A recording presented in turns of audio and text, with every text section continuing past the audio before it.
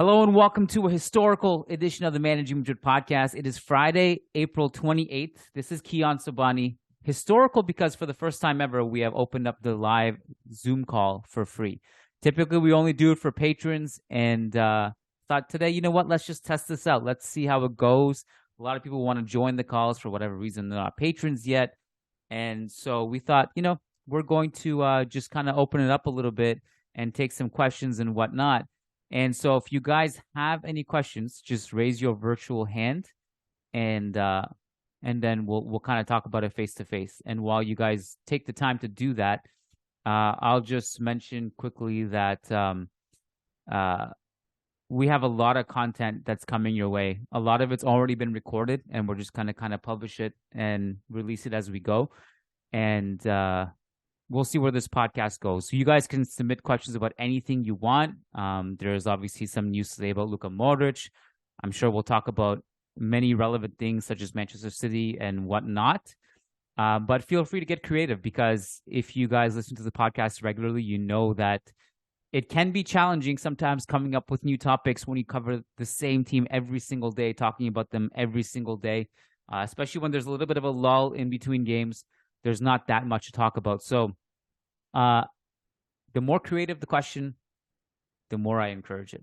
That's all I'll say. And you guys can, and I'll leave the rest up to you. Okay. So first question rolling in here is from Oscar. Oscar, are you there? Hey guys, I got a haircut since the last time we talked. Appreciate it. Hey, listen. So I'm excited. I've been missing y'all's podcast. Been really busy lately, but I'm glad that I got this chance to join the call. I was thinking about, a lot of people are talking about it's almost like a 50-50 split with Carlo staying or leaving. And I kind of want to, my question is kind of more of a talking points, where does the fan base really feel like we need another year of this, or and the one thing that I don't hear people talking about is how he feels, how Carlo feels about, or it's speculations really, because we don't know how he's going to feel, but speculations of how he feels about leaving either on top or certainly with the magical season that we had last year. So I don't know if you heard any rumors or anything about that sort of him going to the Brazilian team, because I feel like for me it's such a golden opportunity for him to transition from the greatest club ever to the greatest national team ever. So it's almost like a fairy tale story. And so I just feel like sometimes I hear people say, "Oh, he shouldn't leave. We got another year. We can still get going through this." And some other people are like on the other opposite. So I'm kind of my question is more like, how do you view the pulse of the fan base, with also what's your speculation on how he might be going through right now, whether he's going to stay or leave? Well, I guess put yourself in his shoes. What is the perspective of him? He is a Madridista. He has said many times that if any time Real Madrid come calling, he will put everything aside and come.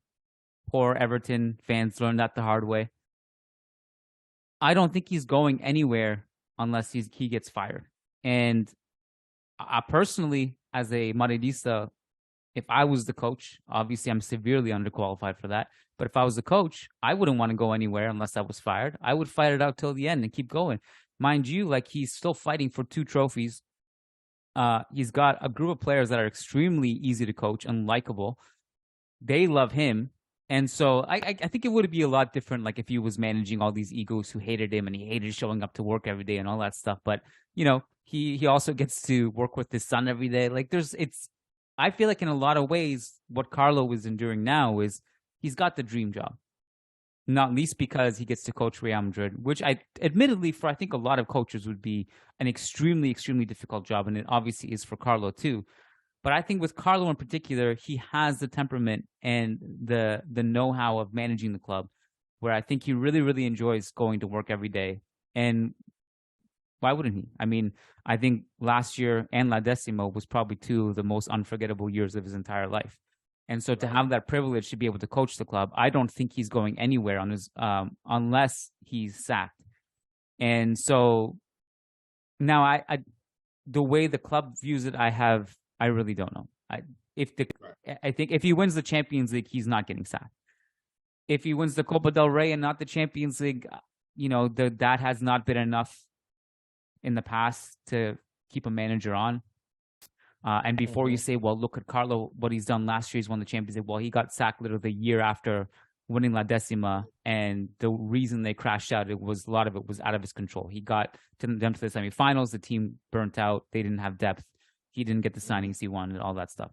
So whether that Copa del Rey trophy is going to be enough to keep him in a job this year, that remains to be seen. But, the Brazil job, as cool as it is, I don't think it's as cool as the Real Madrid job, to be honest with you. Will the Brazil job also be there in 2024? Who knows? Maybe whoever manager they bring in now until that point does a really great job and stays, or he does a terrible job and that job is still open. But I think you can't play the waiting game, because I think that can backfire in many cases. I think he stays if he especially if he wins the Champions League, and he should stay. Okay. Yeah. I mean, I like that. I mean, I appreciate your honesty about that, because and I guess when you say put myself in his shoes, for me, I mean, I love Real Madrid, but I also like new things. I don't like staying in one position for more than 2-3 years. So it's almost like I want to see him enjoy winning a World Cup, even though 2026 Brazil is going to be stacked. That's going to be prime Rodrygo, prime Vinicius. We'll see what Endrick is going to do. I just feel like I don't know. I just for me, and not that I want him out. I mean, obviously, I enjoy every moment, but I just feel like I wish him nothing but the best. And so I don't want him. I don't want him to be, I guess last time in 2014 or 2015, whenever it was, I just feel like I didn't like how the club handled it back then. So I want him to leave on his own terms. So maybe that's where I'm coming from. But I appreciate you. Ideally, that's how you want every legend to leave the club. Amicable terms on top. Obviously, that rarely happens, unfortunately. But you know me, I've said this many times as a Canadian, I say Brazil's a great fit, but come to Canada, man. We need you. 2026. We need you, Carlo. Come on over to the good side. Oscar, it's always a pleasure seeing you, man. Thanks for hopping on. Bye. All right, man. Now we got Aravind coming in. Aravind, are you there? Hi, Kiyan. Hello, how you doing? I'm good. Awesome. So my question to you, Kiyan, is about City. Yeah. So, I don't know if you remember, Carvajal had a really bad game against Barca in the Copa del Rey first leg. So Barca made sure that Carvajal was the only outlet, and they pressed him constantly. First leg or second leg? First leg. The one at the Bernabeu? Yes. And he gave away the ball a lot. So do you think that's going to be an issue for us? And how would what can Carlo do to tackle this? Yeah, I think. And one more question before you start. Okay. Against Arsenal, De Bruyne had an amazing game. Yeah. And I don't think Arsenal really, picked them up, or nobody even marked him. He was roaming everywhere. But against earlier in the year against in the Manchester derby, Fred man marked him, and De Bruyne had a bad game. So do you think if City were to play the same way, do you think it's good to have De Bruyne man mark? So this is an interesting question. I'll go back to the first part of your question really quickly. I think Carvajal was good in the Champions League knockout game so far overall. I also think most players were good in the Champions League knockout games overall. And I think most players who haven't been tested that much in these knockout games will be tested to their limits in these two ties. Without wanting to swoon over Manchester City and maybe exaggerate how good they are, they're really good. I think they're the best team we'll have faced this season. I think they're the biggest test. I think Carvajal, who largely wasn't threatened against Liverpool or Chelsea, and to be fair, played good. I think, Grealish will be a bigger test for him, for example, but there's a lot of fluid moving parts with City, and I don't think it's just Grealish.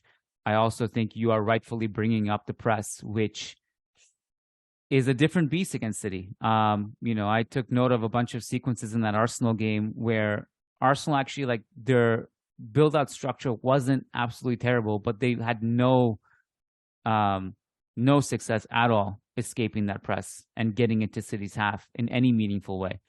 And that's going to be a huge test because, as we know, with City, you have to bypass their press, and from there, then we can entertain the idea of, using our counter-attacking weapons and getting into space behind their defensive line. But their transition defense is also quick. Their rotations on defense are quick. There was a spell that Arsenal had in that game, like a rare spell. I think in the first half they had one, where they actually knocked the ball around in City's half a little bit. They had no idea what to do with it once they got there. City rotated defensively really quick and then launched a counterattack and nearly scored from a breakaway. So City can also hurt you in a variety of different ways. It's not just through a press and possession. They can also absorb and hit you in space too. Like, Kevin De Bruyne flying in transition is not fun to defend. So I do think Carvajal will be tested. And definitely I think you're right to point out that he needs to do well under pressure in these two games. No question. What was your second? Oh, the man marking, Kevin De Bruyne, right? Yes. Yeah. I think it should be noted as well that while that's an interesting idea, Kevin De Bruyne is not a rigid footballer. And what I mean by that is that if he's going to be fluid and move around the park, that means whoever he's man marking is going to be dragged all around the field too. So I think you're going to have to go more zonal and communicate.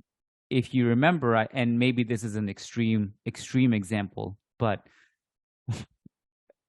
an extreme example of man marking going wrong was when Kovacic did it against Messi in the Clasico, where he followed Messi all around the field, and because he was so focused on that, he failed to make quick, important judgment calls in the game, where he actually needed to get away from Messi in certain situations and mark another player that was wide open. Logically speaking, that would have made more sense to mark. I believe in the intelligence we have in our midfield that I think you can probably get away with a more zonal approach and just communicate better. I think as great as City were against Arsenal, I was unbelievably disappointed in Arsenal's performance and approach, in the way they defended, the way they held the ball, the way they marked players. I think Real Madrid have to do better than that, obviously. I don't think De Bruyne will be man-marked. It also, keep in mind, if you do man-mark him, I think it's a bit of a reactionary tactic to implement, in part because if you want to absorb pressure and counterattack, what you do in that situation, if you're man-marking somebody, is that you're at the mercy of being wherever De Bruyne is for a player that can really help you get the ball in transition.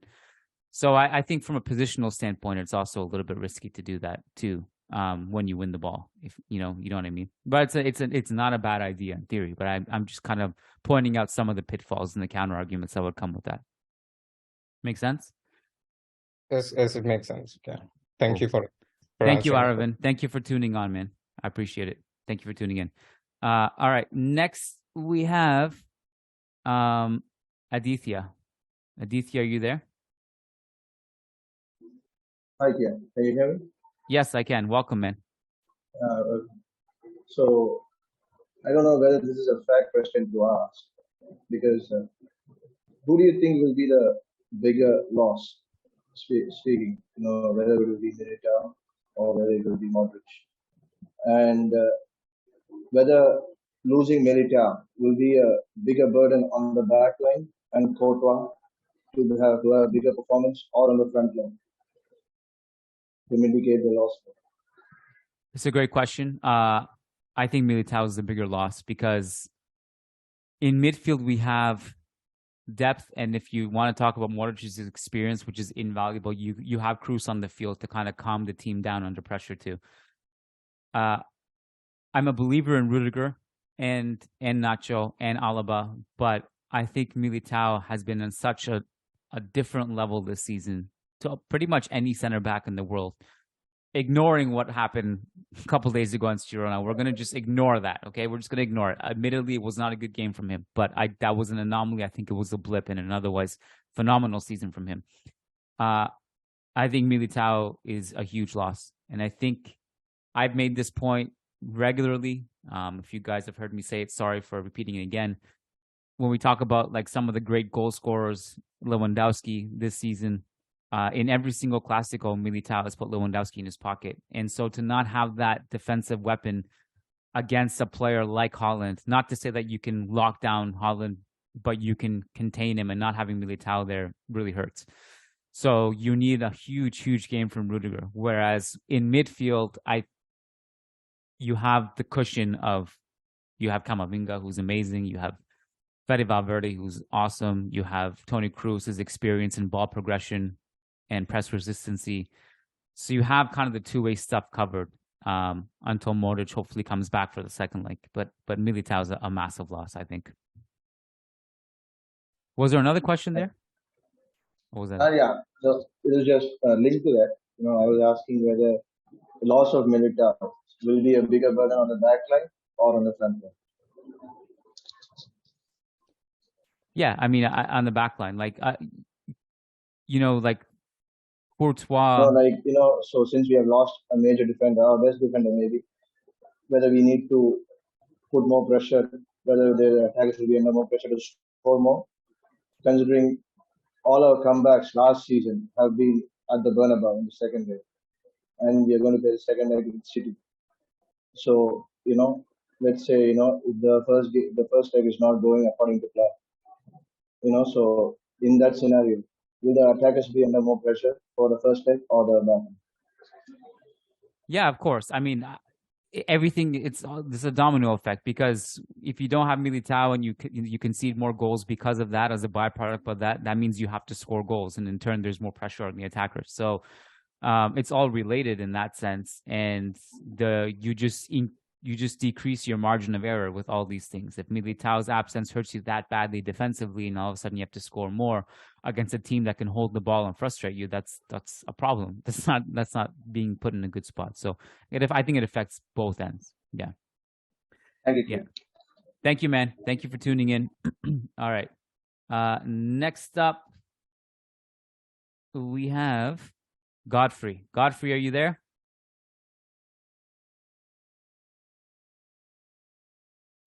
Hey, buddy, you're on mute.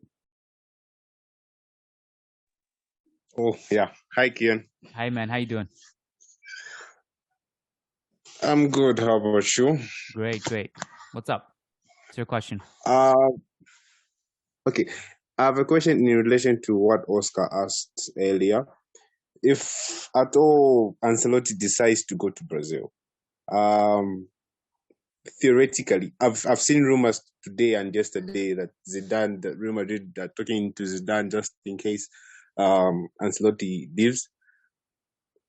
If Zidane comes back, I personally feel he's better in terms of consistency, as in keeping the flow going in terms of winning and everything else. And he knows Zidane how to or manage Ancelotti? Zidane. Mm-hmm. Yeah, Ancelotti is good at getting the best out of players, which Zidane, I don't think we've seen in his 2 tenures as our coach. Do you believe that going into the next generation of stars, Galacticos, and Zidane is better, well suited for the job, to keep the consistency going? the second question is the City game. We'll probably have no Alaba, which means we'll get to see Camavinga playing at left back, which I'm not comfortable with, considering how Haaland played against Arsenal this week, which was like a beast and everything else, together with De Bruyne. Modric is out, which means we'll probably have a midfield of Kroos, Tchouameni, and Valverde. Or if we have Mendy or Alaba back, we can have Kroos, Camavinga, and Valverde. Do you think this midfield will be able to is good enough to face City? Because City, the way City played is beastly. Arsenal was playing like a number 9 and everything else. So yeah, how I mean Haaland was playing like a number 9. So how would that be? I think that midfield is good enough to help provide a win against Manchester City. You said Camavinga, Tchouameni, and Kroos. Those were the three you mentioned, right? Or was it Fede? Yeah. Whatever the combination is, yeah, I truly believe that our midfield is good enough to beat any team. That doesn't mean they have to dominate possession and press City and dominate control in the ball. It just means that from a two-way standpoint, their tools and their talent, that's enough to beat any team, I think. And then the moving parts around that, engine, also have to step up. But yeah, it's a fantastic midfield. Just to be clear, it does look like Alaba's going to make it back. Mendy may even make it back, but that's less likely. But Alaba, I think, is going to make it back. And if he does, he starts, especially with Militao being out. So I think it's going to be Militao, Alaba, and then Ancelotti will have to Rudiger and Alaba. And then Ancelotti will have to decide between Nacho and Camavinga for left back. And that, I think, is a big decision, because based on that decision, it dictates, does Camavinga play in midfield or does he play left back? And he plays left back, that opens up another spot for a midfielder. And so these are questions I don't have the answer to, but I'm just curious to know what Carlo will do. Clarify your first question, by the way. What was it? Zidane and Carlo something? Zidane and Carlo Ancelotti. Is Zidane better suited to handle a new generation of Madrid players? Like, is it better qualified? Yeah, I don't know, because first of all, I just want to say that I think I actually believe Zidane is a better coach than Carlo Ancelotti overall. And I thought he was really developing as a tactician as he kind of just learned the ropes of coaching. I mean, he's a very young coach still, right? He's still learning and evolving. And I thought as a tactician, he was also pretty underrated.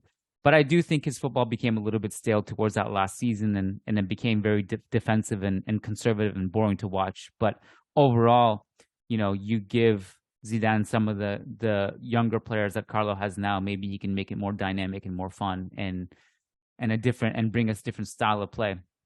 Whether he's better suited to developing the young players, I don't really know. I mean, I think the answer to this question will depend on the era, the players, who he connects with, who he doesn't.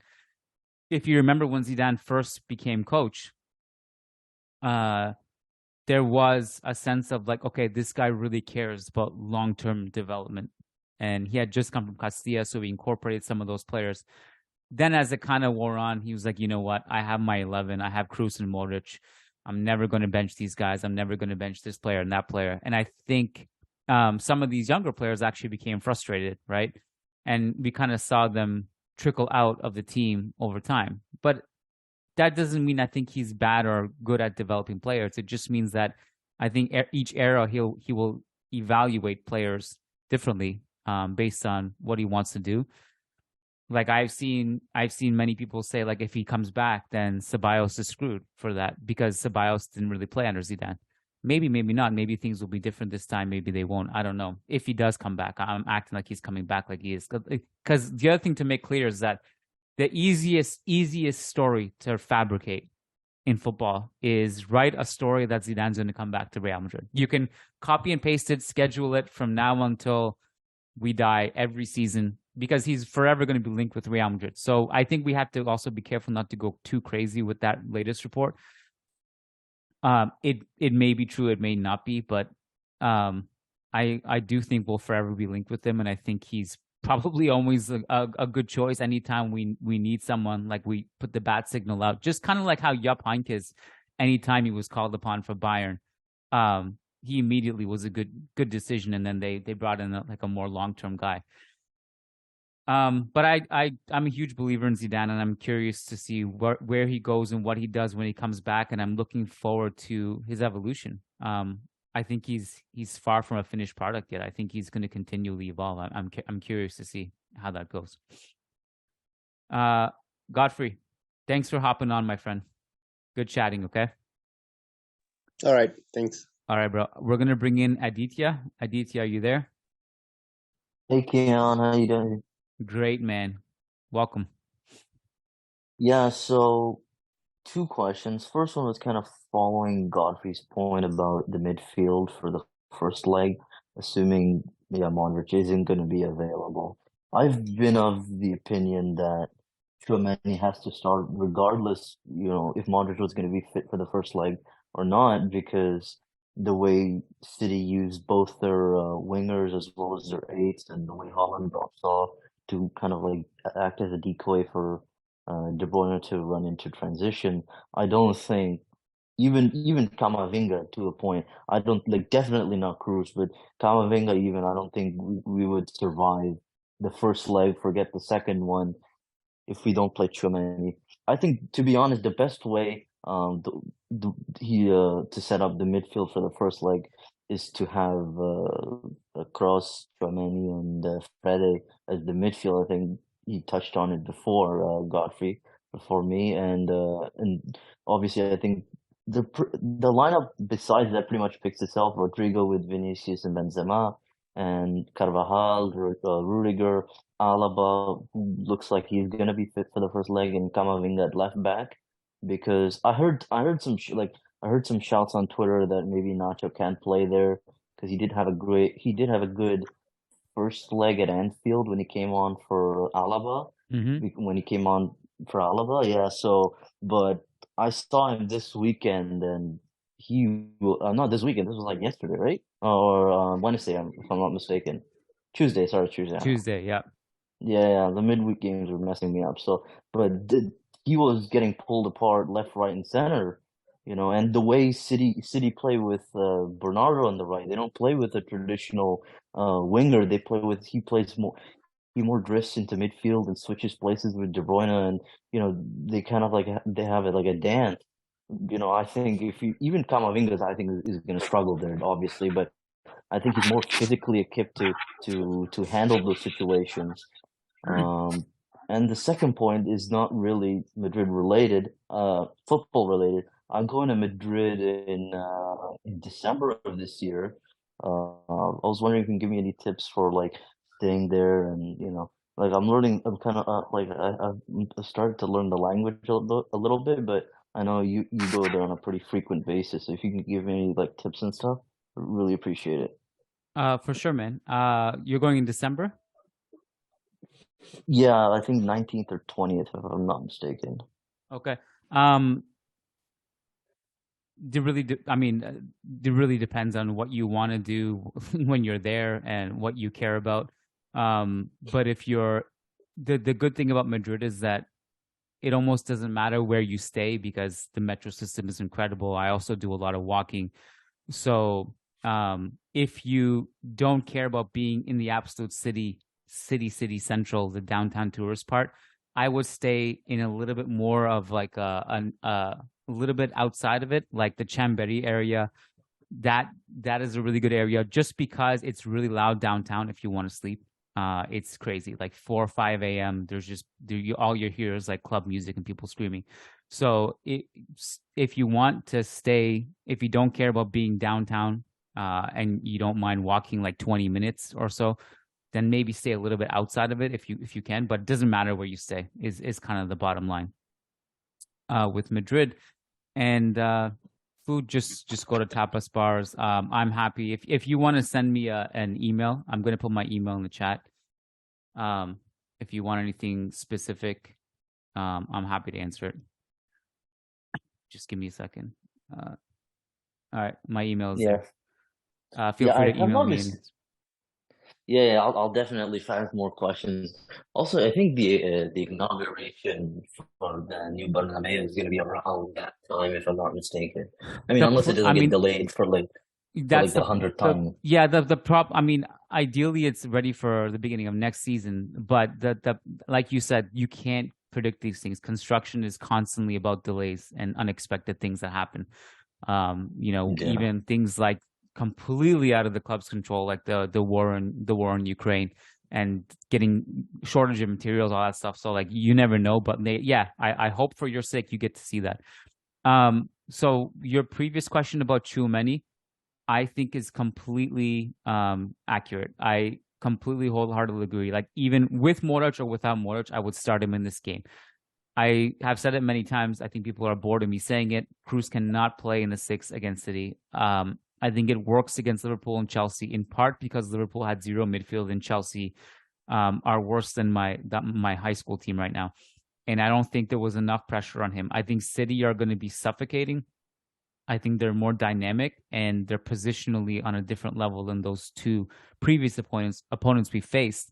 I want Cruz on the field. I just don't want him to be the guy who is responsible for tracking runners into the box and making sure cutbacks are intercepted, that there's no one free, the man marking is on point. Like that can't be the guy you lean on.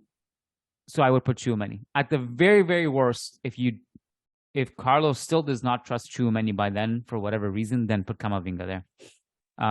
But I don't think it can be Cruz in that position. I wholeheartedly agree with that. Yeah, because I think the big advantage actually we have with, at least in possession, with when you have Camavinga at left back and Cruz as the left 8, is sometimes we talk a lot about that Vinicius, many times last season and at least the first half of the season lacked, some help going down that left-hand side, especially when Friday was playing right wing.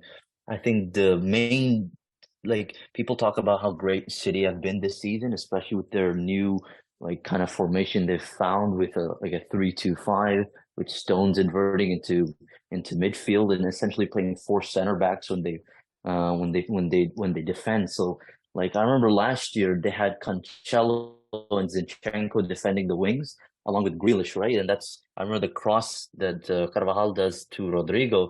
Grealish or Zinchenko, he doesn't close out properly, and I think Pep realized that this season he really wanted to change the kind of weakness in one-on-one duels on the wings.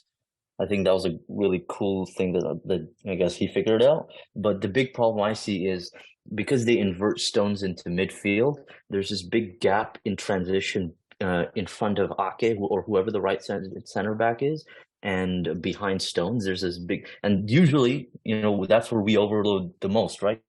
With Camavinga, Rodrygo, Vinicius, Benzema. I actually think I'm more confident that we can get a result against this team, even with Haaland and De Bruyne, than the City of last season. Because as much as good as City are this season, last season they were pulling us apart for fun almost. And I don't think if they play Alvarez instead of Haaland and they would have those rotations, I don't think we could handle that, especially considering the fact we don't have. We can't really defend as well in a low block this season as we could last, because of the loss of Casemiro as well as no Alaba for large chunks, and Mendy's been pretty non-existent for the second half as well. So I'm actually feeling. Here you go. It'll be interesting to see what they do, because I think one curveball that Pep threw was that against Arsenal he went with Walker as right back. Then he put Stones back in defense and went more with a 4-3-3 kind of formation. And I think that it's on the cards that he would do that against us. Yeah. I also part of that the space you mentioned, and obviously Grealish is a more important player this year than he was last year. And last year that Carvajal cross, I think it was also situational in the sense that City at that point, psychologically, it felt like they were damaged at that point. So they were just making bad decisions too. At that point, the psychology of Real Madrid was starting to overwhelm them. But I do think one thing that I was really disappointed with Arsenal was that all that space that you mentioned that can be exploited, and for those of you who were on the Patreon call before, we did a Patreon call before that game, before the City Arsenal game, and I was like, I'm looking forward to see how Arsenal actually exploit this space. You know, they have good wingers. Turns out, I mean, Saka and Martinelli were just completely isolated by City, and they were really disappointing. It's funny because we talk about Manchester City being our biggest test. I actually feel in a lot of ways we are Manchester City's biggest test this season as well. And I think it's fine that we're being underrated, and I do firmly believe that City are rightfully favorites for this game. So I don't really get involved in Real Madrid fans losing their shit every time a British pundit says Manchester City are favorites. I don't mind that at all, and I actually believe that's true. Rightfully so, they're favorites, but I do think we have a very realistic chance of beating them, and I also do think that we are their biggest test. If Arsenal was their biggest Premier League test, and Arsenal play like that, I feel like Real Madrid will be a bigger test. The pedigree, I mean, we have arguably the best winger in the world right now, and I think we have a lot of experience. We have one of the best, at least one or two of the best midfielders in the world. We have a really, really solid team that I think can be built to beat this team. But it's going to be fascinating. It's got to be better than what Arsenal showed, that's for sure. And it'll be interesting to see what Pep does, because I think there's potential for him to just kind of change it up a little bit too. And he did throw the curveball against Arsenal with 4 at the back. What's really interesting, I'll kind of end off, because I know other people probably want to talk as well, is that Arsenal, City obviously struggle with transition threats. And you look at the way both of Arsenal's wingers are and the way Arsenal operate, they're not a transitional-based team. Saka is not as good as he is, and I think I'd love him at Madrid because we don't really have a right winger at all. But he's not a transitional threat. He's a great player in possession, flicking the balls around the corner with his off-ball movement, etc. But he's not, like Vinicius, who can just run like a monster and attack 1v1 threats constantly. I don't think at any point during that game, Saka or Martinelli or even Jesus, when he was drifting out to the left, tried to just go take on one of the fullbacks or one of the center backs, in that case, just 1v1 at all. And I think, like you said, I think we have a great chance against them. I'm pretty confident, and hopefully we can pull something out of the bag. Obviously, the people talking a lot about that City game, but the Osasuna Cup final is like, I think, the Saturday before. So hopefully we win that before and bring those positive vibes into the first leg. Yep. I think with Saka too and Martinelli and Jesus, they didn't get enough touches on the ball, and second of all, I think they did not attack and try to break lines, but I also think the coverage from City was really good to prevent them from doing that. And they were terrible, to be honest. They were really terrible, and City were great. Aditya, thanks for logging on, my friend. We'll chat soon, okay? Yeah, take care, guys. Okay, thanks. All right, buddy. Thank you. Shay Khatiri, we're going to bring Shay in. Shay, what's up? Hey, how's it going? Good, man. Yourself? Emotionally well. Physically, I just started working out after almost a year, so every muscle in my body aches. That's good. It would be bad if your workout must have really sucked if you're not hurting after the first time in a year. That is correct. But again, not fun. So how do you feel about Cruz as a 6? I'm kidding. My head was about to pop off. On back to Zidane, I'm curious about if you think he will do well in if he comes back, because his second tenure at Madrid was underwhelming for me. If you remember his first season, the second time he comes in, we were struggling quite a bit until the league was suspended because of COVID, and we were at second place. And then he comes back and we won every single game after that against a very for Barca, actually. We won that league. And then second season, we struggled again. And the first season against City, the team was quite bad. And then against Tuchel's Chelsea, he had no plans. And I'm not attacking Zidane at all. I love Zidane. I just am wondering if you think he's ready to come back for a third term, or he needs to show that he has more ideas. He has come up with new ideas, and he maybe shows himself in another team before coming back to Madrid and gains more experience. Yeah, I think with him, look, it's true that the second spell was a little bit underwhelming from a performance standpoint, but it was also one of those things where, like, even though I was bored, we were winning. So, like, I would trade being entertained for trophies. You know what I mean? Like, because it was more conservative, it was more defensive. He tightened up the rotation quite a bit, but he did win the league title. And obviously, when he came back mid-season from that nightmare season where we had Ronaldo left and Lopetegui came and then Solari came and then he came over mid-season. The season was over by the time he took over. And he was just kind of experimenting to see what he has left with Marcelo Isco. So that one was a write-off. And the year after, he won the league. But he won the league struggling until the pandemic. The team was struggling until the pandemic. And if I remember correctly, in the last 4 or 5 games before the pandemic, we only won 1. And we were second place going into the delay. Yeah, I'm not saying it was lights out football, and it was against a very weak Barca too. I'm not saying it was lights out, and you should look at all those nuances of the league title for sure. But like, I do think that with Zidane also, like, there's so much talent in this Real Madrid team, and it's such a unified team that I think it does feel like a natural fit for him to manage a squad like this, in my opinion. Now, sorry, go on. But just that, the reason I'm skeptical about these reports about Zidane coming back is that it was made very clear when he left. Like, dude, this president behind my back leaked to the press stories about me getting sacked. I just don't appreciate that shit. Like, what magically changes for him to come back a third time? Like, there was reasons why he left the first time, reasons why he left the second time. And like, I just feel like he's a really smart man, and he doesn't care about money to the point like some of these other figures do. He's walked away from big money twice, once as a manager, once as a player.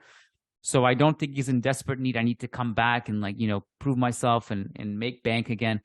I really feel like he values the way he's being treated. And I just don't know in his mind what has changed for him to come back a third time. That's why I'm kind of skeptical about him actually coming back, to be quite honest with you.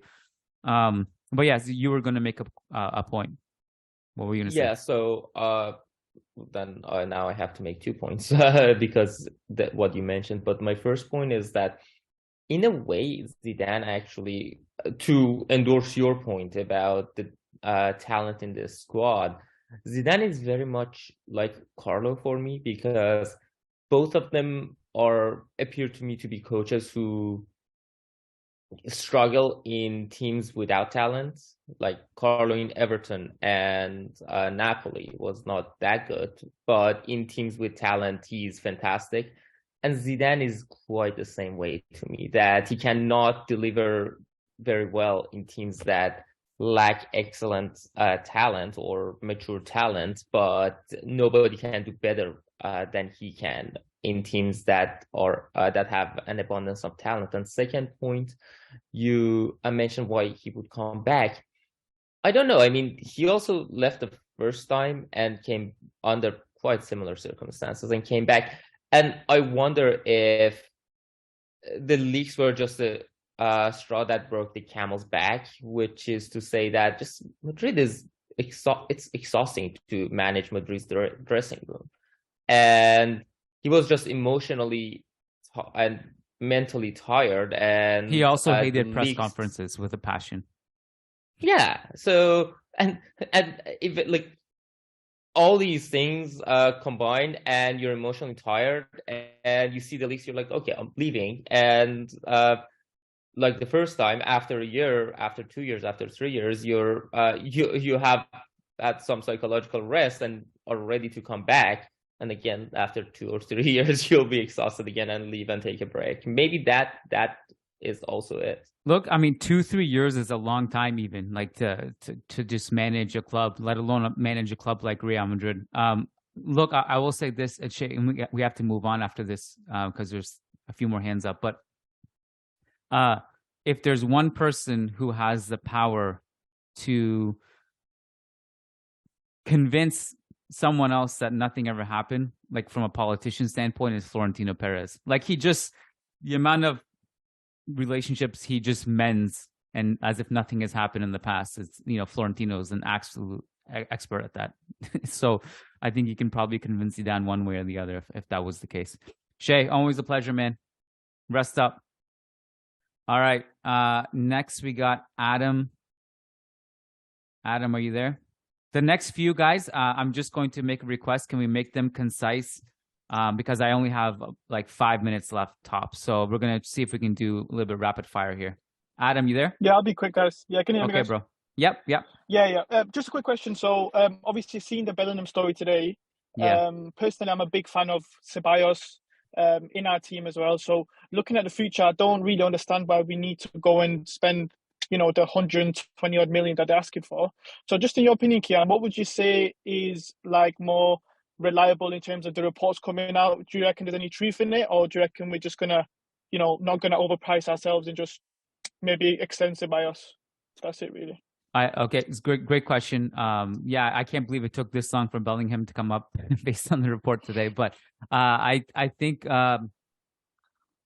the offer for Bellingham will be what it is. It's going to be a take it or leave it type deal, where I don't think Real Madrid will go out of their way to fill up multiple briefcases for him. They know what they can afford for a player who, let's be honest, as great as he is and as high as I rate him, is a luxury in a lot of ways because our midfield is stacked and Kroos and Modric may still yet renew. We have Ceballos, as you mentioned. Mm-hmm. I think there's also like two sets. I just want to make a point on this too. There are two sets of fans that I've seen like with their opinions on this. One is that we got to get him, and two is that we absolutely don't need him. It's a bad signing. And I think as much as he is a luxury, I think he's so good that even though he should not be a priority, and the priority is right back and a backup striker, he is so good that he will be a great signing no matter how much of a luxury he is. He's that good. Mm-hmm. I believe in him. I really do. And I think, 5-10 years from now, you're gonna not regret having a player like him. That's my prediction. Having said that, I don't think, rightfully so, he is a priority. He's not a priority, rightfully so. And then I think it'll be Bellingham himself who will have to decide, is it worth coming to Real Madrid? Is the project enticing enough for me to go there and take a salary cut? Because he will get paid more in England. He will. Like, that's just a fact. He will get paid more in England. And so... Yeah, I kind of have the opinion that he wants to go to England. He's English. Because I'm from England, you see. So I hear all the, the Premier League fans, they obsess over him. And personally, for me, I do think he's a good player, of course, but I just think the way we play, and just with Ceballos' connection with the players, the way he plays with Vinny as well, I just don't see why we haven't renewed him yet. This is the problem with Real Madrid. I don't understand why we don't, look at our players and give them what they deserve. I just feel Ceballos, he's a Madrid star at heart. He's passionate. He's everything that what a Madridista fan wants. When I look at him, I know he's passionate about my club. That's why I don't want Mbappe, because I don't feel like, obviously, he doesn't play for Real Madrid, so he's not going to have that love. But, there are some players that have that love for Madrid even before they come. And I just think he does represent what Real Madrid is and wants to be in the future with Mbappe.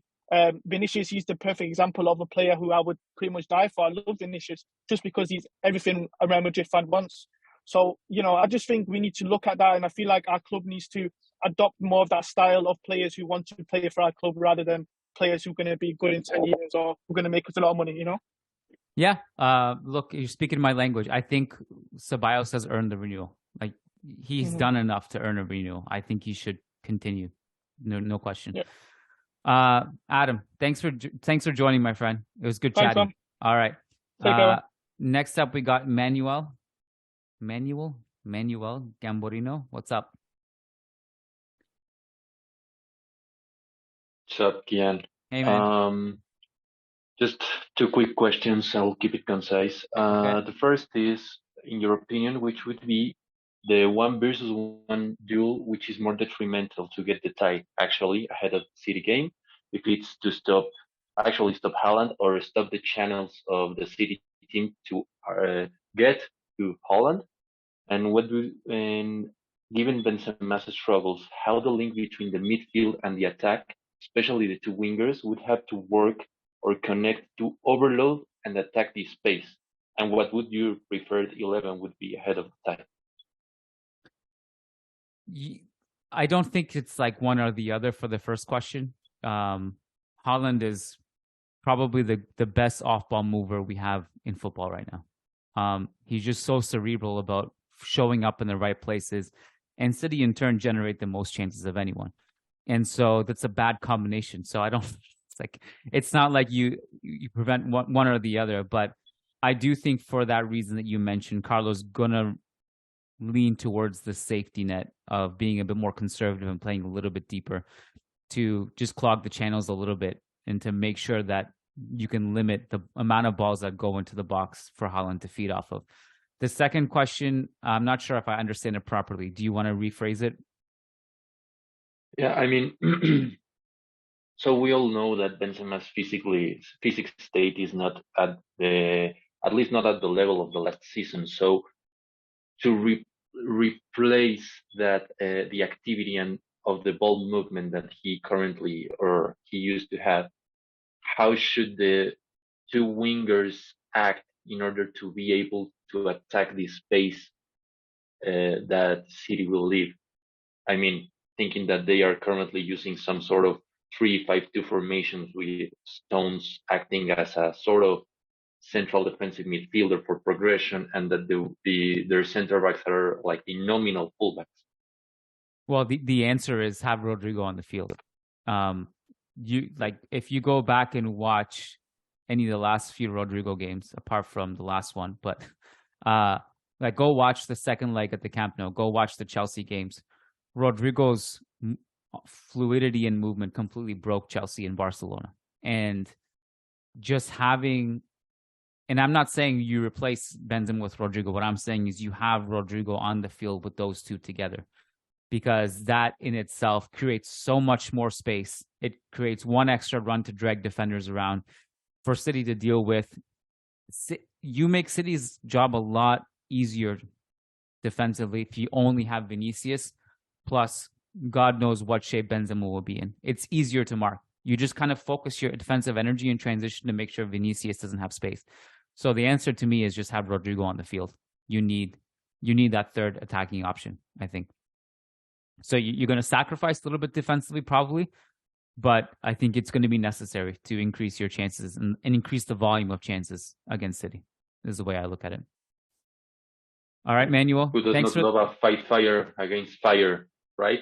Yeah, I mean, you gotta be smart about it. I'm not saying you go gung-ho and just have the three up there and then just have them isolated and not be compact. But I'm just saying, I think even in transition, even if you want to play defensively and you want to get Rodrygo, you want to get Vinicius help in transition, you can play with Rodrygo a little bit deeper in the 4-3-3, but then have him join the attack in transition. And he can overload the left side, and he can go down the middle, he can go down the right, and just have him on the field, in my opinion, I think is really important.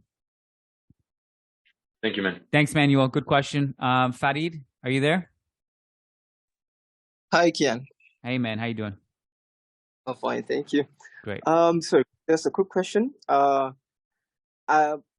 think a lot of people have been worried about the midfield, which I actually am not. For some reason, I feel like we have the best talent in midfield that we're set for the next 10 years at least. But what worries me is the lack of information coming from the club regarding the right back. I feel like that's a position that we've suffered, I don't know, since Lucas Vazquez was the last addition to that. We have Rodrygo and he isn't even playing. So I want your opinion on what you think the club might do in the future. I love how our last right back signing was promote Lucas Vazquez from right wing. I love that. Yeah. It was converted, and well, actually under Zidane he did well in that position, but under Carlo, I'm not so sure he's been that effective as he has been for Zidane.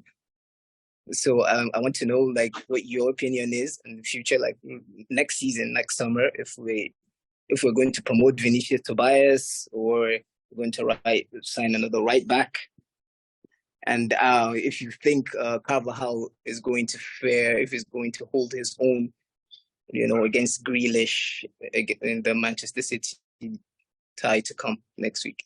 Yeah, look, it's a great question, and I think I've been pretty clear. Like I mentioned this when the Bellingham question came up, that the priority is to me a right back, not Bellingham. But I would love Bellingham. But I'm just putting into context that I think it's really important for us to upgrade the right back position. The Grealish Carvajal thing I did kind of answer earlier in the podcast, but I think it'll be a bigger test than what he's faced against Liverpool and Chelsea. And I also think that I guess, with all due respect to Carvajal, who I think is actually probably the greatest right back we ever had, at least top two. With all due respect to him, I'm just not sold on these performances against Chelsea and Liverpool. I'm not fully convinced. If I'm convinced, it just means that he's able to put together good performances at certain points of the season. But even if he can do that, you can't rely on him to do that over the course of a season. So to have him as your only pure right back option is crazy, because Odriozola is just not good enough. He's not trusted. Vinicius Tobias is completely raw, has a lot he needs to work on. And by the way, he's going to cost money too this summer if we want to keep him. We have to actually buy him for, I think it was 16 million or something. Not a crazy amount, but it's there. It's not a free upgrade. But look, the right back market is thin, but it's not like there were not options. There were plenty of options over the last 2 years that we just decided to ignore. So that tells me that the club didn't value it that highly, and they really believed in Carvajal and Vazquez. And I think that'll change this summer.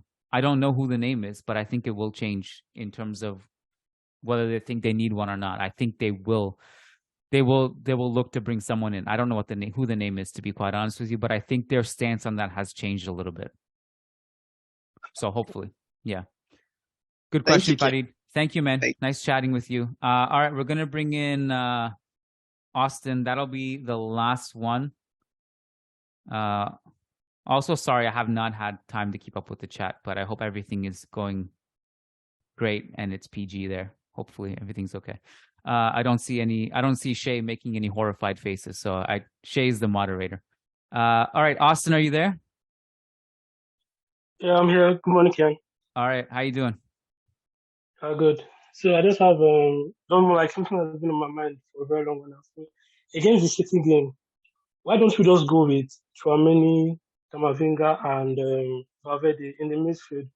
Reason being is obviously City are going to have most of the ball. So to me, it's kind of pointless playing Cruz, especially if you want him to try and go ahead and attack for the ball and trying to sit back, go forward, sit back.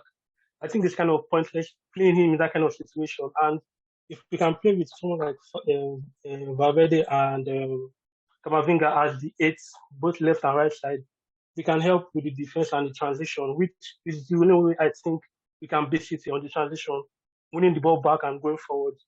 So I won't say I'm happy, but it has given us a kind of a leeway with Modric being out, especially for the first leg, to try and implement this, see if we can find a way to hit them on the transition, because I think that's the only way we can beat them. So I don't know your thoughts about it. Yeah, thanks for the question. I think your proposed midfield works just fine in theory. I think it would do well, but there's no way Cruz is going to get benched for that City game. No chance. Especially now that with Modric out, there's no way Ancelotti will bench Cruz too. Also, the way he's also explained it in the previous press conferences, especially against Liverpool, but also against Barca, he said this, that Real Madrid, to escape pressure, there's no one better than Cruz and Modric to do that. And we know that if there's one thing that City are known for, it's pressing. And so if you're not having Modric there, for sure he's going to put Kroos on the field. So I there's no way that's not happening. It's not that your proposed midfield doesn't work. I think it does, but I also think Kroos is 100% for sure gonna start. So, but it's a good lineup. We are seeing 3 games against Barcelona this season. When we lost that, with the pressure, he didn't escape it. Like we have a sufficient sample size this season to see that. Except from the first 0 that we won, the other 3 games when the pressure was on, he did not escape it. So I think we have enough sample size to see. I don't think we can use Liverpool to benchmark because they have been very poor this season. So I think against Barcelona, when the press was, we did not escape. He did not escape the pressure. Even the last game, even though like the league has been lost, you can escape that. But when we have been pressured against better teams, he has not escaped this season. Like we have three games to look at to see when he has been pressured, he did not come out with the ball well. So I don't get why. I understand like him wanting to start like based on the senior man and all, but like we have enough sample size this season to see that it does not work when he's put under pressure. And when you put him up the field to try and win the ball, it does not work. Like, we have enough sample to see. Yeah, and look, we'll see how the City game unfolds. I think Kroos will start that game, and we'll see how he does. And in conjunction with now admittedly forced without Modric being there, 2 younger midfielders alongside him, and also probably a forced introduction of Ceballos in the second half, because the depth chart is a little bit less now than it was with Modric healthy. So we'll see how it goes, and we'll see also, I think there's going to be some important subs to be made in the second half. Austin, thanks for the question. Guys, I really got to go now. Last question. What's that? Do you think he starts with, if Modric was fit, he was going to start with both of them if he was fit? Yeah, he would. I think he would. My hunch is that he would. Wow. I can't say for sure. I guess we'll never know, but I think he would. Yeah. As the moderator, I'm intervening saying that Kiyan is out of time. Yeah. Thanks, Shay. We need an enforcer. Bye. I'm too polite in these situations, but yeah, Austin, thanks so much for tuning in. Great questions, guys. I hope this went well. I think it was a relative success that we opened this up for free for the first time. If you like this kind of stuff and you want to do this every week, we do this once a week, patreon.com/Managing Madrid. And you get not only this, but a ton of bonus content. Both Manchester City shows will be only on Patreon live on Zoom. So if you guys are patrons in the chat, just do a quick review. Be like, hey, this is awesome. It's worth it. Just so everyone knows that I'm not making this up. It's a huge family and it's a ton of fun. So thanks for tuning in, guys. We will be back tomorrow after the game, Almeria. We got that game to cover, and we got some bonus content coming in the next 24 hours. As everyone says, definitely worth becoming patron. Thanks, guys. Appreciate you all. Ending the call now. Take care, and Hala Madrid.